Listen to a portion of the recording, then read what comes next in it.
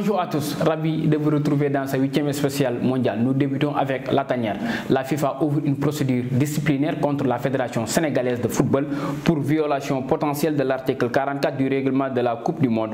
En effet, ce lundi, à la veille du match contre l'Équateur, pour le compte de la 3e et dernière journée du groupe A, Aliou Cissé s'est présenté en conférence de presse seul, sans un joueur à côté de lui. Ce qui est une violation manifeste de l'article 2.7.2 du règlement de la Coupe du Monde relatif aux médias et marketing, mais aussi de l'article 8.5.3 du règlement de l'équipe. Poursuivons dans la tanière. Au lendemain de sa qualification, les Lions de la Teranga ont repris les entraînements hier à 14 h. À part Ismaël Sarr qui s'est entraîné seul, les titulaires contre l'Équateur sont restés à l'hôtel. Seuls les remplaçants se sont entraînés au Sport Hall de Doha pour la préparation de leur prochain match contre l'Angleterre prévu dimanche à 19 h. Cheikhou Kouyaté n'a toujours pas repris les entraînements. Pour rappel, il s'est blessé à la cuisse lors de la première rencontre face aux Pays-Bas. Suspendu pour les secondes phases de la Coupe du Monde pour cumul de cartons jaunes, Idrissa Gana Gueye s'est prononcé sur sa suspension. Je suis très déçu. Ça gâche un peu la fête. J'espère que mes coéquipiers vont faire le taf. Certes, j'avais douté sur la suspension, mais on me l'a confirmé après. Le plus important était la qualification. Le parcours était long. Je peux dire depuis la qualification contre l'Égypte, nous nous sommes battus pour passer. Mais je sais que les autres vont faire le travail. J'espère qu'on va se qualifier pour plus revenir en quart de finale, affirme le milieu de terrain. Focus sur le programme de ce jeudi à 15 h. Le groupe F entre en lice. Le Maroc, deuxième de son groupe avec 4 points, a son destin entre les mains face au Canada déjà éliminé dans la course. Les Lions de l'Atlas n'ont besoin que d'un point pour réitérer l'exploit du mondial 1986 au Mexique 36 ans après. Au stade Ahmed Ibn Ali, la Croatie, leader avec 4 points, reçoit la Belgique d'Eden Hazard, troisième avec 3 points. À 19 h, GMT dans le groupe G, le Japon, deuxième avec 3 points, reçoit l'Espagne, premier avec 4 points. Dans la même heure, le Costa Rica, troisième avec 3 points, fera face à l'Allemagne, dernier de la poule qui tente de se relever après 2 matchs sans victoire.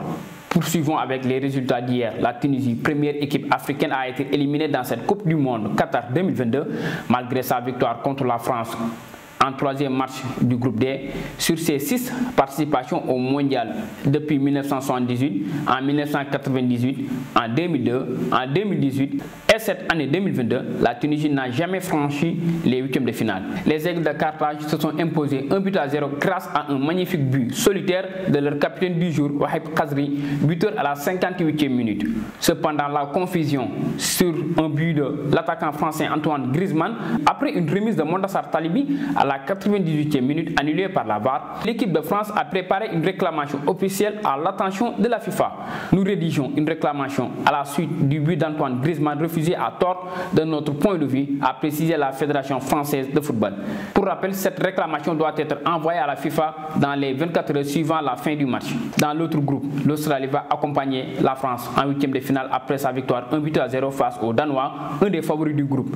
Les Socceros, présents au Qatar après un barrage, ont battu la surprise générale, le Danemark, au stade Al-Janoub.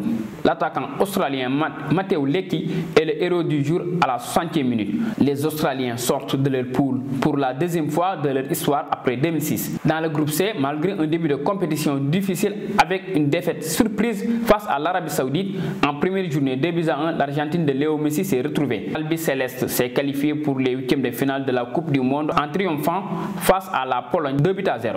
Malgré le penalty manqué de Lionel Messi en fin de première période, les milieux de terrain Brighton Alexis Alistair à la 46e minute et Julian Alvarez, l'attaquant de Manchester City, à la 60e minute ont inscrit les buts argentins. Suite à cette opération, l'Argentine occupe la première place de son groupe avec 6 points. Les hommes de Lionel Scaloni affronteront la surprenante Australie en 8e de finale. Toujours dans la case C, malgré sa victoire 2-1 contre les Saoudiens lors de la dernière journée, le Mexique manque sa qualification. À la différence de but, c'est la Pologne qui lui passe devant et accompagne l'Argentine dans la suite de la compétition.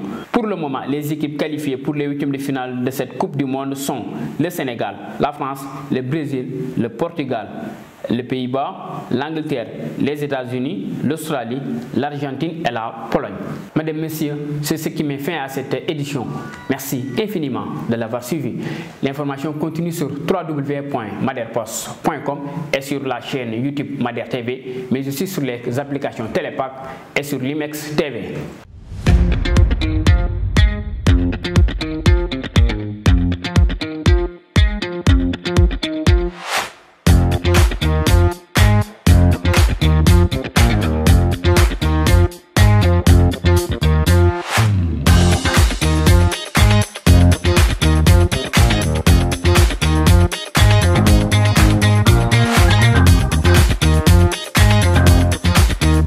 Beats Music.